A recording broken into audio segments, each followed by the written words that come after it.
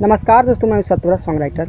आज मैं इस वीडियो में आपको बताऊंगा भक्ति गीत कैसे लिखते हैं, हाउ टू डिवोशनल सॉन्ग्स।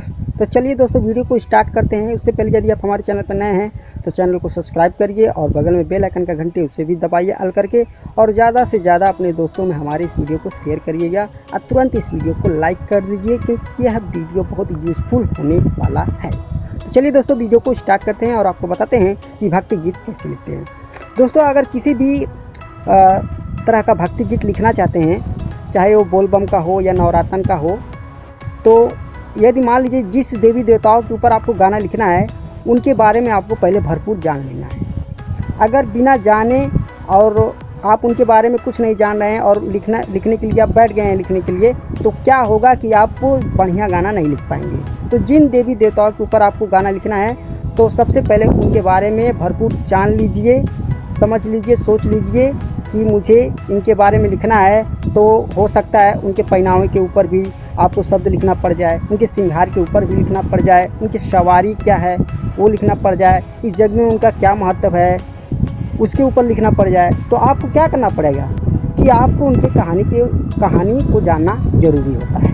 ठीक है, जैसे मान लीजिए अभी मैं दुर्गा जी के ऊपर गाना लिखूं तो मुझे क्या जानने की आवश्यकता होगी कि मतलब दुर्गा जी के क्या पहनावा है, क्या उनका श्रृंगार है, क्या उनकी कहानी है। जैसे दुर्गा जी के 8 हाथ होते हैं और आठों हाथ में किसी हाथ में चक्र है, तो किसी हाथ में त्रिशूल है, किसी हाथ में गदा है, तो किसी हाथ में शंख है, किसी हाथ में गुलाब है, किसी हाथ में तीर है, धनुष है आदि। तो दोस्तों और मान लीजिए इनके चढ़ावे में जो चढ़ता है चुनरी बहुत इनको पसंद है, अड़हुल फूल भी इनको बहुत पसंद है और नीम पर भी इनका वास होता है।